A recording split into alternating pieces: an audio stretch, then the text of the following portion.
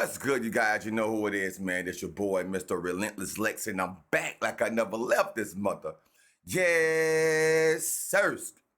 All right, so, man, we got Iyanla Vanzant speaking out against Oprah's scary rise to power. Now, we know how Oprah is, bro.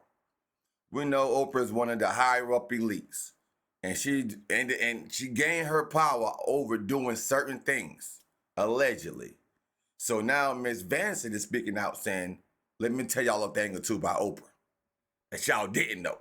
Spicy. So I had to blow it up, and I did. So when I went to her and said, this is what I'd like to do, I said, because other people were coming to me and asking me this, I hadn't even thought about it. But that's not what I was doing. Mm-hmm. I was just being naive and stupid and asking, but it wasn't received well. Iyanla Vanzant's star was shining during her tenure on Oprah Winfrey's show. So when I went to her and said, this is what I'd like to do, I said, because other people were coming to me and asking me this, I hadn't even thought about it. However, Oprah being Oprah decided to dim that star. What happened? I was on Oprah's show, on the Oprah Winfrey show, doing Change Your Life TV. And then people saw me and other networks came after me. Like you trying to protect your deal over here and force her into a deal. Yes! But that's not even the worst part. You see, Oprah went ahead and turned the tables against Iyanla and made it seem like she was the bad guy. What I accept is that you knew what you were doing when you walked into that room and that you had the intention to force our hand. Absolutely not. So, what exactly happened and why did Oprah do Iyanla so dirty? As one of the most successful people globally, Oprah Winfrey's journey has been closely followed by many since her early days as a presenter. If you haven't been following her story, chances are you've still heard about it somewhere. And if you're in either of those groups, you might know about Iyanla Vanzant, either from the news or through Winfrey's narrative. Iyanla's connection to Winfrey is crucial to understanding her rise. Before Winfrey's show became a sensation, Iyanla was right there by her side. You'd think someone so integral to her success would receive special treatment during tough times, but that wasn't the case. Similar to rumors that Winfrey only supports Black women on the surface, Iyanla's experience proves it. Despite being a best-selling author, she had to start over completely after Winfrey felt threatened by her success. It's no secret that Winfrey doesn't like being challenged, and Iyanla became an example of what happens when you do. The consequences for Iyanla were severe. Losing her spot on Winfrey's show was just the beginning. It deeply affected her finances, her career prospects, and happened during a period of personal loss. There's no direct evidence implicating Winfrey in any of this, but it's hard to ignore that Iyanla's downfall coincided with their falling out. So, can Winfrey really claim innocence in all of this? No. I mean, you're someone who had a difficult life, you ended up on welfare trying to raise a family, and then all of a sudden all these opportunities just hit you. And any other person probably would have just spent that money up and been disrespectful. And Winfrey's show has undeniably served as a springboard for numerous successful figures in today's entertainment industry. Names like Nate Berkus, Dr. Phil, and Dr. Oz are proof of this phenomenon. They all skyrocketed to global fame after appearing on Winfrey's show. Dubbed the Oprah effect, this phenomenon has wielded immense power time and again. Endorsements, frequent appearances, or even a regular segment on Winfrey's show can pave the way for a flourishing career. However, while it propelled some to stardom and came close to doing so for others, it also spelled downfall for many, including Iyanla Vanzant. It took 11 years. Did she tell you that you weren't ready or something, like when you went to her? They didn't think I was ready, but that was never communicated to me. Got you. So I'm saying, if they asking for me, It was a threat. I can do it over She was a here. threat. That's what it Iyanla's was. life story reads like a gripping mini-series. Born Rhonda Harris in the back of a Brooklyn taxicab, tragedy struck early with her mother's death from cancer when she was just 2. Raised by her absentee father, who was involved in illegal gambling, and a grandmother who subjected her to severe abuse, her childhood was marked by unimaginable hardship. As a teenager, she became a mother herself, giving birth to 3 children with different fathers. Marrying one of them only led to further violence, pushing her to the brink of attempting all before the age of 25. Struggling on welfare with minimal resources and the weight of her children's futures on her shoulders, a pivotal moment came when she saw a sign on a bus urging those seeking a better life to attend Medgar Evers College. Taking a leap of faith, she disembarked and enrolled, setting her on a path towards show business. Iyanla's journey eventually led her to become the executive producer and host of the acclaimed reality series Iyanla Fix My Life, which became a standout hit on the OWN, Oprah Winfrey Network. In the show, she delves deep into people's lives, applying spiritual principles to guide them towards inner peace and healing through self-reflection and personal growth. Winfrey herself has hailed Iyanla as— You know what? I don't want to break into the video because I know it's a pretty long video, but I got to say this, man. Like, it seems like sometimes when we all go through our trials and our tribulations of life, it seems like when you get to your lowest point, to me now, this is my experience. I don't know about you guys, but it seems like when you get to your lowest point and you're ready to throw in the towel and give up, that's when your breakthrough comes. That's when God steps in and blesses you abundantly. Now, that's just my personal opinion. I'm just saying. Shout out to the big dog upstairs. You feel me? Powerful spiritual healer, fixer, teacher on the planet. Despite their shared success, their relationship wasn't always smooth sailing. In fact, a disagreement between them lasted for over a decade, highlighting the complexity of their dynamic. How could you not know that you're saying those words to me? Because I did lecture, workshop, class, public speak, don't know dit nor doodly about television. One of the most high-profile phases of Vanzant's life was her falling out with Winfrey. She was a motivational speaker, gaining national prominence in 2000 when she began appearing regularly on her show. However, in 1999, Iyanla was approached with an offer by a television executive from another network and chose to accept it. Winfrey and Iyanla didn't talk for 11 years after that, but that's not the entire story. The thing is that right after Iyanla was approached by executives willing to give her a show of her own, she actually spoke to her team in Winfrey's organization, and when they turned her down, she left, and then pandemonium ensued. In the author's own words, "Okay, we had a conversation, and the first conversation was, do you want your own show now, or are you willing to wait?" And I said, I'm willing to wait. Then, after I got approached by so many people, Barwell wasn't the only producer. I said, wait a minute, hold up, maybe there's something going on here I need to look at. So I went back to Harpo and said, are you willing to do my show now? I was just being naive and stupid and asking, but it wasn't received well. Right. Years have passed, and the two hosts have had a conversation only to realize their rift might have been caused by miscommunication.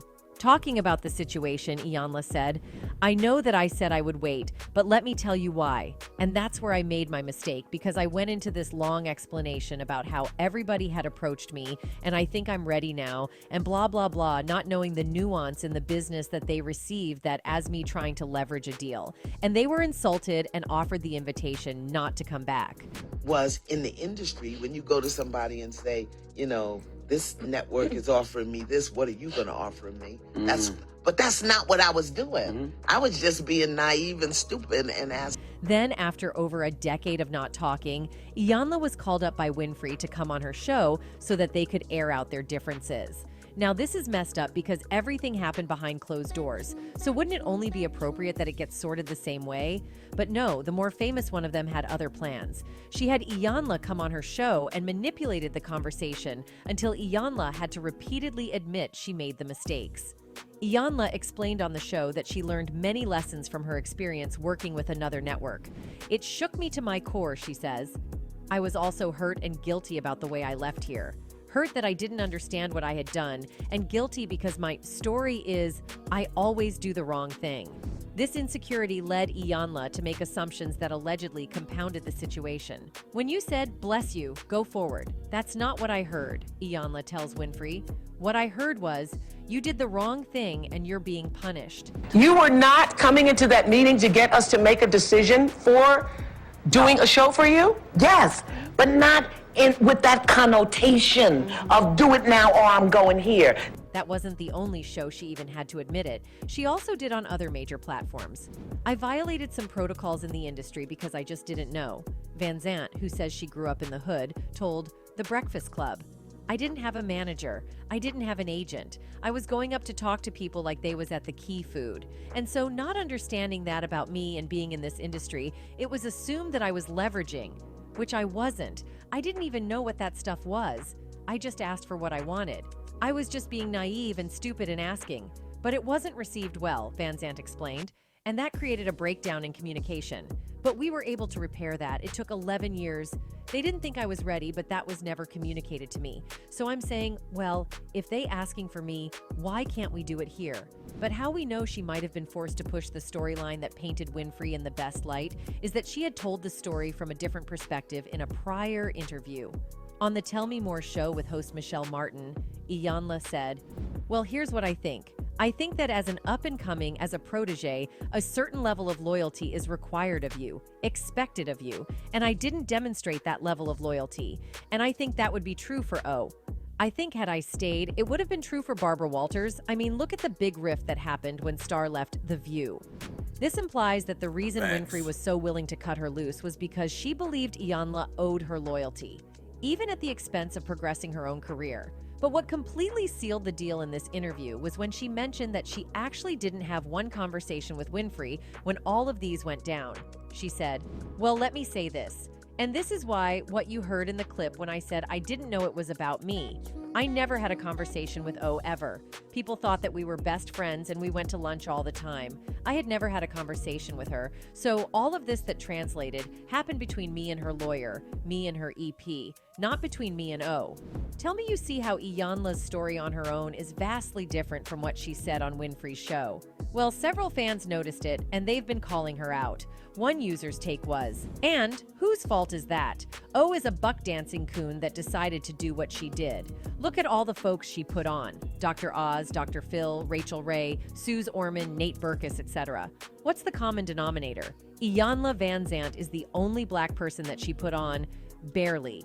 That user does have a point, because out of the long list of people that she has put on, Iyanla seems to have been the only one who had problems moving on from the show. And what the fans are now saying is that the reason for that is that Iyanla happens to be a strong black woman, something many netizens seem to believe threatens Winfrey. Well, there's some merit to that point of view, as there have been even more recent cases of Winfrey undermining black actresses, one of them being Toni Braxton. Toni Braxton experienced a dramatic downturn in her career, once being a renowned songwriter in the industry. Suddenly, she encountered a series of devastating setbacks, including financial hardship and a severe illness. There have been speculations suggesting a possible connection between her downfall and Oprah Winfrey. However, people have questions in their minds about how they both are connected. I was in shock. Do you take responsibility for the situation that you're in right now? 100%. 100%. 100%. Toni Braxton burst onto the music scene in the late 80s, captivating fans with her extraordinary vocal talent and timeless songs. Added to her enduring success in the music industry, Toni has also become known for her involvement in Braxton Family Values, a popular reality TV show on WETV, alongside her sisters and mother. But while she has rightfully earned the title of a Grammy Award-winning R&B legend, Toni has also faced her fair share of challenges during her career, with one of the most trying moments being her bankruptcy filing. She says to me, "I hear you have Gucci flatware." I'm Oprah Winfrey and I don't have Gucci flatware. In a revealing interview on VH1's Behind the Music, Toni candidly discussed the bankruptcy situation and how it was received by the public and fellow celebrities. During the same period when she was grappling with financial difficulties, Toni appeared on the Oprah Winfrey Show. As is customary for guests on Oprah's show, she anticipated questions about her then-current situation. However, Toni was taken aback by Oprah's unexpectedly tough line of questioning, leaving her in a state of disbelief. I read that you were upset about stories that your overspending caused this. During this interview, viewers perceived Oprah's questions as indirect criticism of Toni's spending habits, with the implication that Toni's extravagant expenditures were a significant factor in her bankruptcy. In response to Oprah's perceived rudeness, Toni replied respect and affection for Oprah before the interview took place, expressing that she had never anticipated Oprah would be as critical as she turned out to be during their conversation. She said, "I couldn't believe it because I loved her so much. I admired her and looked up to her, and she pretty much reprimanded me." According to Braxton's recollection, Oprah's disapproval didn't stop there. Toni remembered Oprah saying something along the lines of, "I've heard you have Gucci flatware, whereas I, Oprah Winfrey, do not own Gucci flatware." This comment left the star of Braxton Family Values feeling significantly diminished. You ain't got Gucci flatware because you didn't want to buy it. It's not because you couldn't afford it. What do you mean? And immediately, she made me feel this big. While Oprah might harbor some resentment and jealousy towards beautiful and talented women like Toni, she didn't spare the men her shady side either. It's essential to highlight what Oprah did to Michael Jackson and his family back in 1993. Michael gave Oprah the green light to visit Neverland for an exclusive sit-down, and this interview played a significant role in elevating Oprah's global prominence outside of the U.S. However, after Michael's passing, Oprah jumped on the hype surrounding the controversial HBO documentary, Leaving Neverland, and started dragging MJ's name through the mud. Oprah did a whole special with Michael's accusers, Wade Robson and James Safechuck, the two men who had previously sworn under oath that Michael never harmed them in any way. Consequently, Monique called out Oprah, accusing her of tarnishing MJ's legacy.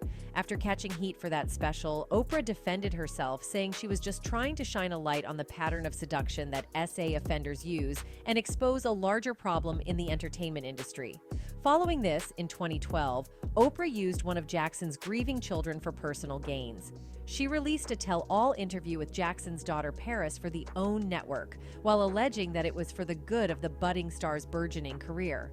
However, Jackson's fans were quick to call her out. In fact, they wrote a letter to her, which read in part, "We can't help but notice the irony of the current situation. The man you spent the better part of the last decade bashing and stopping short of labeling a child M is the very man's name and progeny you are now using to salvage your sinking network. No doubt at the top of OWN TV's rescue list would be a repeat of history. Remember, in 1993, your Oprah show experienced record ratings. Over 100 million viewers tuned in to watch you interview the world's biggest superstar, the king of pop, Michael Jackson. While you were a somewhat hot commodity in the United States then, Michael Jackson introduced you to an international audience. When a few years later, Mr. Jackson had SA allegations leveled against him, we all watched in dismay. You turned on him, appointed yourself judge and jury, deciding even before evidence was presented in court that he must be guilty of the charges." The letter concluded by saying, "Having crowned yourself a child defender, we find it distasteful, disgraceful, and hypocritical that you are now using grieving children whose father you tried to sway a jury to send behind bars when it suits you. Few in the media have called out your shameful exploitation and hypocrisy, but we applaud the few who did, those who remember." In an interesting turn of events, fans couldn't help but wonder why Oprah, following the controversy around Michael Jackson's legacy, remained silent on her friend Harvey Weinstein's victims. Despite the outcry, she didn't shed light on Weinstein's pattern of seduction. Fans observed the double standard and questioned why Oprah didn't take a similar stance for the women who spoke out against Weinstein. Following this, Monique took to the social media app to blast Oprah Winfrey with a lengthy open letter, accusing her of treating people who are accused of similar crimes like SA differently based on their race. She wrote, "Dear Oprah, I felt compelled to write you this open letter after observing the disparity in the way that you seem to treat people who are accused of the same allegations.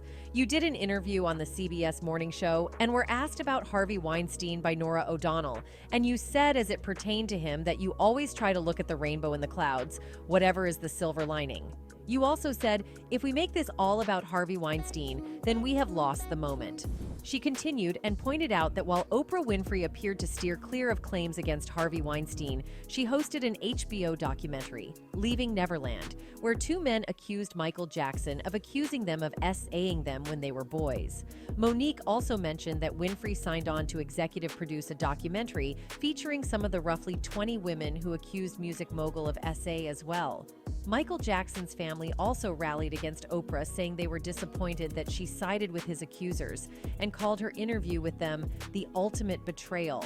Michael Jackson's family says they are disappointed that Oprah Winfrey sided with his accusers and called her interview with them the ultimate betrayal. In an interview with the Tom Joyner Morning Show, Taj and Brandy Jackson, Michael's nephew and niece, maintained their uncle is innocent of SA claims raised during HBO's Leaving Neverland documentary, which they refer to as one-sided propaganda. Brandy Jackson said Oprah's interview after the 4-hour documentary was a real disappointing situation. As far as journalism is concerned, she really let us down with that. Taj added, "For me, I've seen it happen before. I was there when she was requesting an interview with my grandma and Michael's kids talking about Michael was misunderstood after Michael's death. She does what she needs to do to get ratings. To me, it's an ultimate betrayal."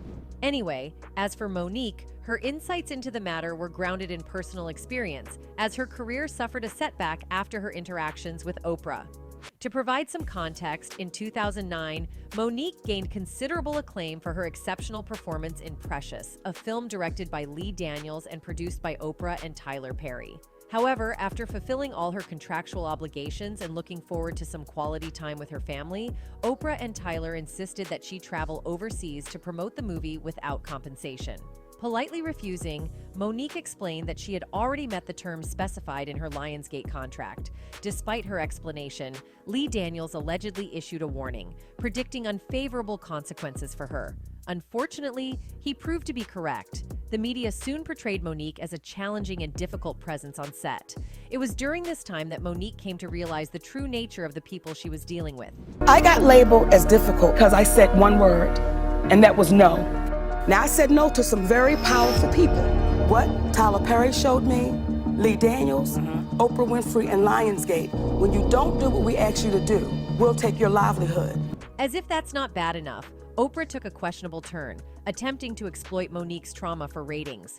Monique had previously shared her painful experience of being SA'd by her brother Gerald and how her parents didn't believe her when she spoke out.